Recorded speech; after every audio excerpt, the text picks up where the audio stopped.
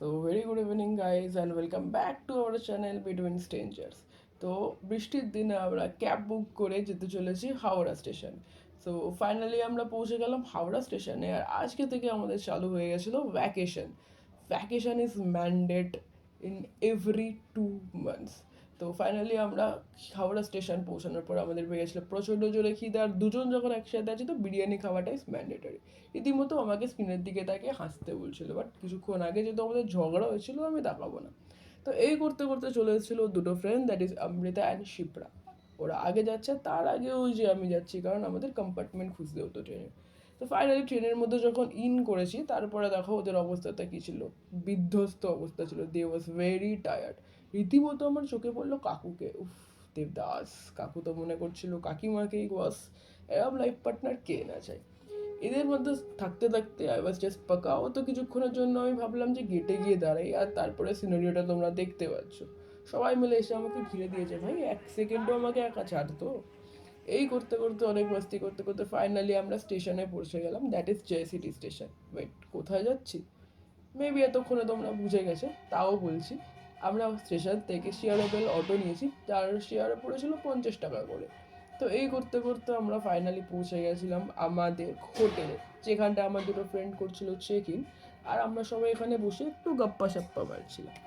তো finally ready হয়ে আমরা ম্যাচিং ম্যাচিং জামা পরে, পিছনে দুজন সাদা অ্যান্ড হলুদের কম্বিনেশন করে তো চলে যাচ্ছিলাম আমাদের মেন ডেস্টিনেশন, দ্যাট ইজ 12টা জ্যোতির্লিঙ্গের মধ্যে একটা জ্যোতির্লিঙ্গ বাবাধাম, মানে বাবা বৈদ্যনাথ ধাম।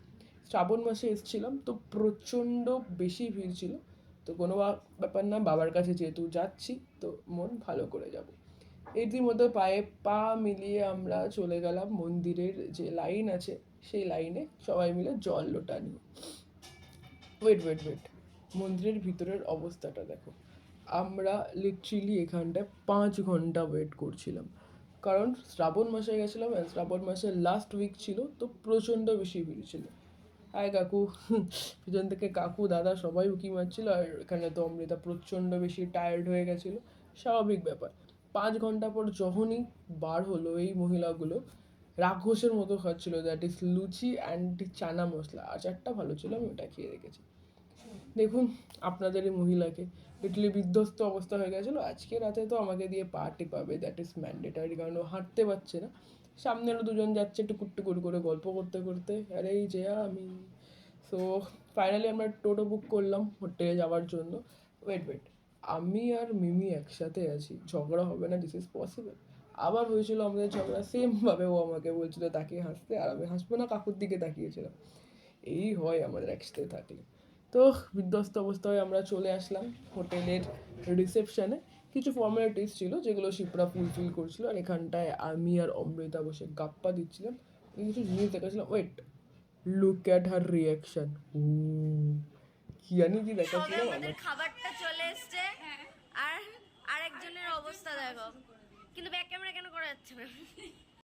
এই যে নির্লজ্জের মতো খাবার স্টার্ট করে দিয়েছে এখান থেকেই, আর আরেকজন মমি হয়ে শুয়ে পড়ে আছে।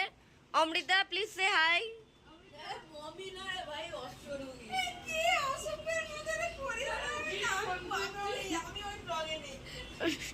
অশরীরী আত্মা, অশরীরী আত্মা উঠেছে।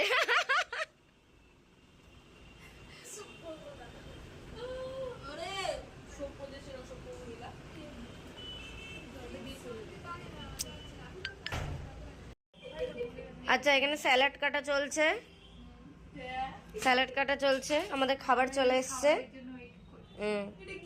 আমরা যা অর্ডার দিয়েছি প্লেন রাইস, এটা হচ্ছে কি mushroom butter masala and paneer butter masala. Mushroom, এটা পনির বাটার মশলা। क्या একই রকম দেখতে। আবে না বে, মশলাটা একই, কিন্তু একটাতে পনির, হ্যাঁ একটা মাশরুম, একই ব্যাপার।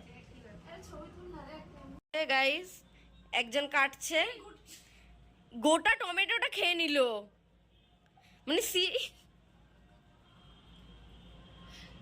তোর খিদে পেয়েছে বলে তুই টমেটো খাবি? टमाटर इज बड़े मजेदार। एक्चुअली टमाटर খেতে ভালো লাগে, আর আমি এখানে এটাই বলছিলাম যে টমাটার টমাটারই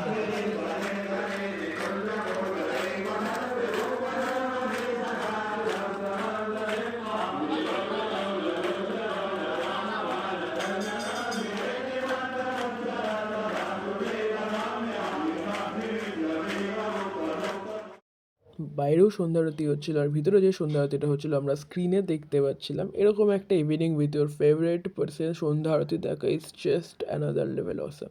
তো আমরা আর সন্ধ্যেবেলা ওখান থেকে বেরিয়ে কিছু চাট খেয়ে দেন আজকের দিনটাকে এইভাবে শেষ করলাম। দেখা হচ্ছে নেক্সট ভিডিওতে গাইস।